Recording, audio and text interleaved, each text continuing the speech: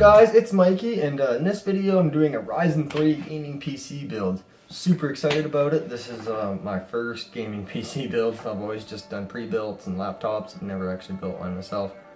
So, super excited for it. I want to mention that all the prices that I say in this video are Canadian dollars, and the Canadian dollar is about 79 cents US. So the total cost of this build was just under 700 Canadian. And that converts to just over 500 US, and I'll have links to all the parts in the description, to the Canada website and the US one. Okay, so for the CPU I went with the Ryzen 3 1200. It's got 4 cores, 4 threads, 3.1 GHz base clock and 3.4 GHz boost clock, and it's $140 in Canada. For the motherboard, I went with the Asus A320M-C. It's 85 bucks, which was why I chose this motherboard. It was the cheapest one with the AM4 socket. With the GPU, I went with the EVGA GTX 1050 Ti for the win. Got all my parts from Memory Express, and on Amazon it was only $215, and their price was $245. So they have a price match. They'll do a 10% difference, so I paid $212 for that card.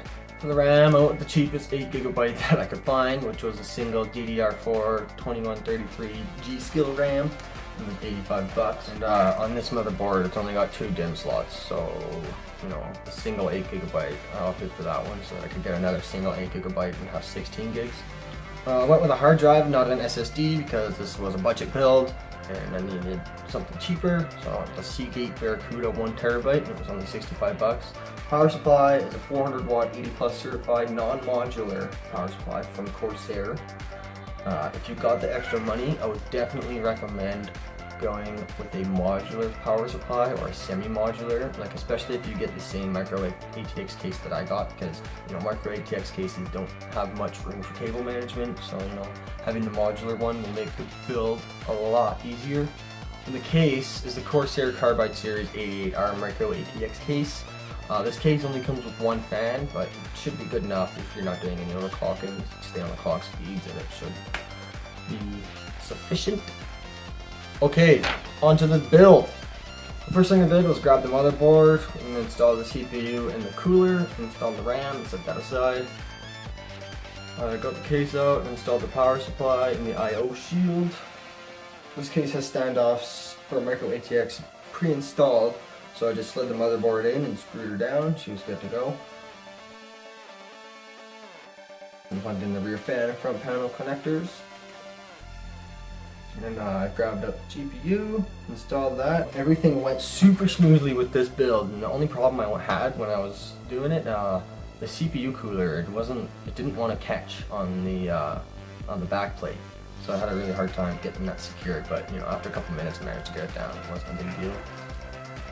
Alright guys, so here's the finished build. This was my first build, so you know, the cable management in the back isn't the greatest, but I'm gonna work on that later on.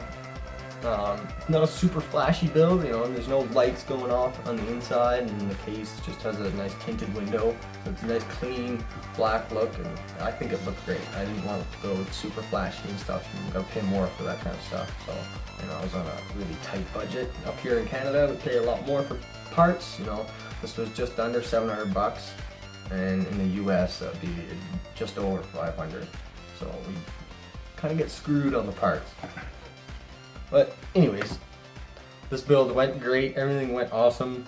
I'm super happy with all the parts and the performance on it. So I tested a few games on ultra settings, and I really wanted to see how much the Ryzen 3 1200 and the GTX 1050 Ti could take.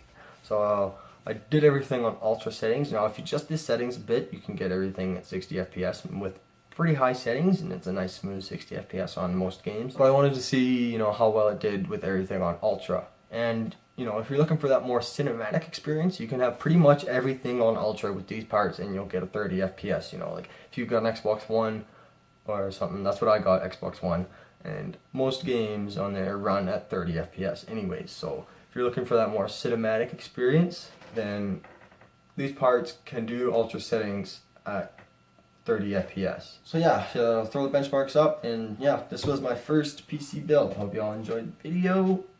Thanks for watching. If you like this video, give it a thumbs up and subscribe for more content.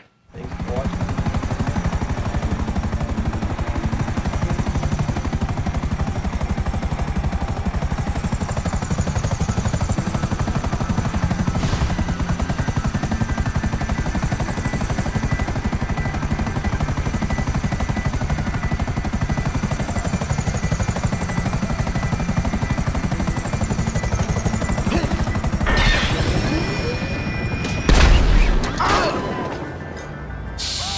That hurt.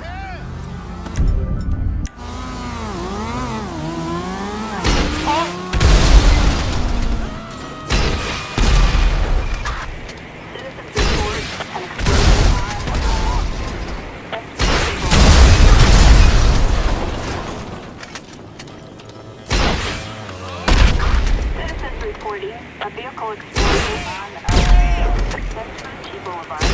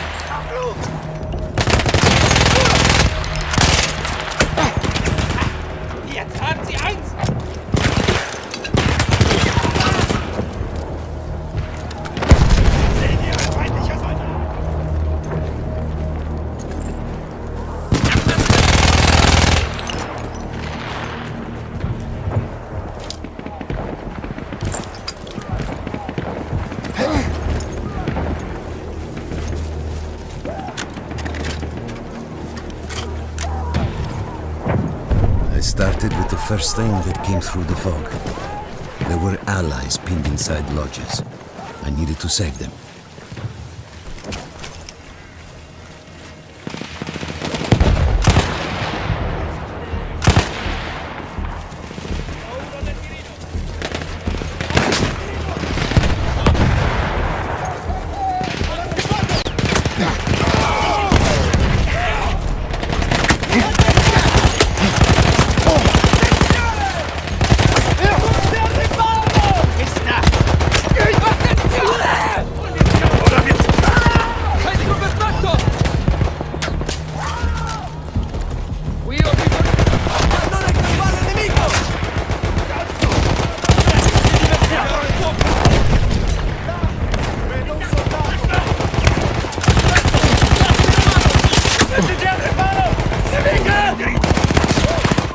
Ce l'abbiamo fatta! Ora muoviamoci! Le difese hanno ceduto! Rendiamo cara la pelle!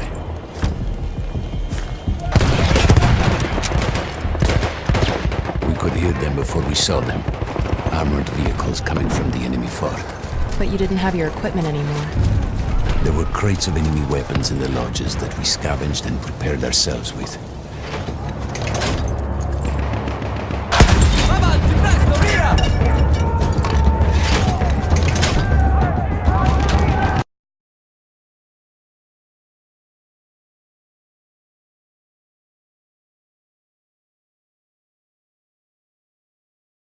Lightning zap their shuttle!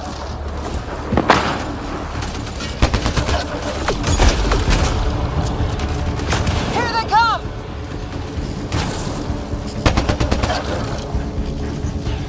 They got balls to try an airdrop.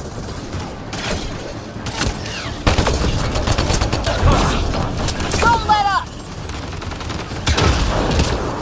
Heads up! Another shuttle incoming!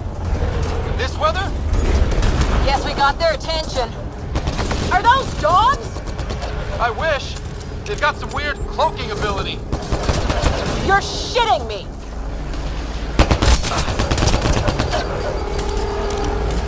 Sound off! I'm here! Still alive! Here! Present!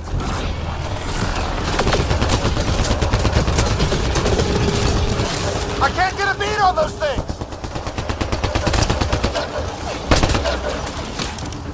There's too many of them! Just keep firing, we can do this! Since when do rocks float? Just go with it!